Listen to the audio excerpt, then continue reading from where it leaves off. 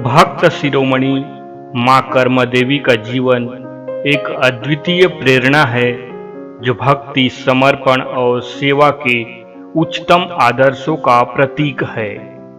उनका जन्म झांसी में चैत्र कृष्ण पक्ष 11वीं संवत 1073 को हुआ था। राम शाह नामक एक सम्मानित व्यक्ति के घर जन्मी कर्मा देवी वाघरी वंश के वैश्य समुदाय से थी और अपनी माता पिता की इकलौती संतान थी। उनका बचपन अत्यधिक स्नेह और सादगी से बीता और वे बचपन से ही भक्ति के प्रति गहरी श्रद्धा रखती थी। कर्मा देवी को भगवान श्री कृष्ण की भक्ति से विशेष लगाव था। वह अपने माता पिता के साथ नियमित रूप से श्री कृष्ण की मूर्ति के सामने भजन गाया करती थी, जिनकी मधुर आवाज से सुनने वाले मंत्र मुग्ध हो जाते थे। उनकी भक्ति की ख्याति धीरे धीरे झांसी से पूरे भारत में फैलने लगी। जब वह विवाह योग्य हुई तो उनके पिता ने उनका विवाह नरवर के प्रसिद्ध साहूकार पदमजी से कर दिया। विवाह के बाद उनकी भक्ति में कोई कमी नहीं आई। एक दिन जब वे श्री कृष्ण की भक्ति में गाने में व्यस्त थी, उनके पति ने भगवान की मूर्ति को छिपा दिया। जब कर्मा ने आंखें खोली और मूर्ति गायब देखी तो वह घबराकर बेहोश हो गई।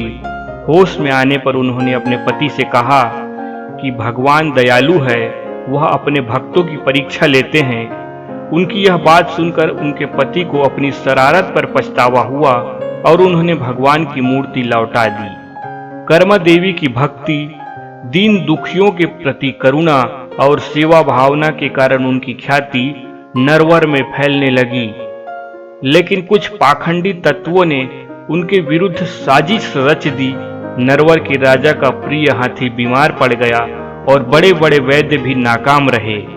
इन पाखंडी तत्वों ने राजा को सलाह दी कि हाथी को तेल से भरे कुंड में नहलाने से वह ठीक हो जाएगा। इसके लिए तेलियों को बिना मुआवजे के तेल देने का आदेश दिया गया, जिससे वे भूखमरी के शिकार हो गए। कर्मा देवी ने इस संकट को देखा और भगवान श्री कृष्ण से प्रार्थना की कि वह तेलियों की मुसीबत दूर करे। भगवान ने बाल रूप में दर्शन दिए और बताया कि राजा से कहे कि मेरे घर के कोल्हू से कुंड तक नाली बनवाएं। जब ऐसा हुआ तो रात भर कोल्हू चला और कुंड तेल से भर गया। यह चमत्कार नरवर में जंगल की आग की तरह फैल गया और कर्मा देवी की भक्ति की जय जयकार होने लगी। लेकिन सुख के साथ दुख भी आया।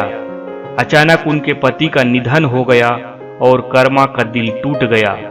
वह भगवान से यह पूछने लगी कि उनका सुहाग क्यों छीन लिया गया। भगवान ने उन्हें समझाया कि यह संसार का नियम है और जो आता है वह जाता है। कर्मा देवी ने सती होने का विचार किया, लेकिन भगवान ने उन्हें बताया कि वह गर्भवती है और सती होना पाप है। 3 महीने बाद उनका पुत्र हुआ, लेकिन पति के निधन का दुख कम न हुआ। कर्मा देवी ने बाद में भगवान के दर्शन के लिए जगन्नाथपुरी की यात्रा शुरू की। रास्ते में वे भूख और प्यास से परेशान हुई, लेकिन वह चलते रही और एक दिन भगवान श्री कृष्ण ने उनकी भक्ति देख उन्हें जगन्नाथपुरी पहुंचा दिया। जब वह मंदिर पहुंची तो द्वारपाल ने उन्हें फटे वस्त्रों के कारण रोक लिया। एक ब्राह्मण ने उन्हें धक्का दिया, जिससे वह गिरकर बेहोश हो गई। होश में आने पर वह समुद्र तट पर पड़ी थी, जहां भगवान श्री कृष्ण ने उन्हें दर्शन दिए और उनकी खिचड़ी का भोग स्वीकार किया। यही कारण है कि आज भी जगन्नाथपुरी में कर्मा देवी की खिचड़ी का भोग पहले चढ़ाया जाता है। कर्मा देवी का जीवन भक्ति, श्रद्धा और समर्पण का अद्भुत उदाहरण है। उनका संपूर्ण जीवन भगवान श्री कृष्ण के प्रति अडिग विश्वास, दीन दुखियों के प्रति करुणा और सच्चे आस्थावान कार्यों से भरा हुआ था। उनके कार्यों ने समाज में एक नई दिशा दी और उन्हें एक अमर भक्त के रूप में स्थापित किया। आज भी उनकी भक्ति की ख्याति जीवित है और उनकी खिचड़ी का भोग भगवान जगन्नाथपुरी में श्रद्धालुओं को अर्पित किया जाता है, जो उनकी अमर भक्ति का प्रतीक है। प्रिय श्रोताओं, हम आज आपके बीच लेकर के आए हैं एक ऐसी अद्भुत प्रेरणादायक कहानी, एक ऐसी भक्त की जिसने अपने जीवन में भगवान श्री कृष्ण के प्रति अपार श्रद्धा और दीन दुखियों के प्रति करुणा का अद्वितीय उदाहरण प्रस्तुत किया है। यदि आपको ये वीडियो अच्छा लगे तो कमेंट कीजिए और हाँ, शेयर करना ना भूलें। जय कर्मा माता, जय साहू समाज।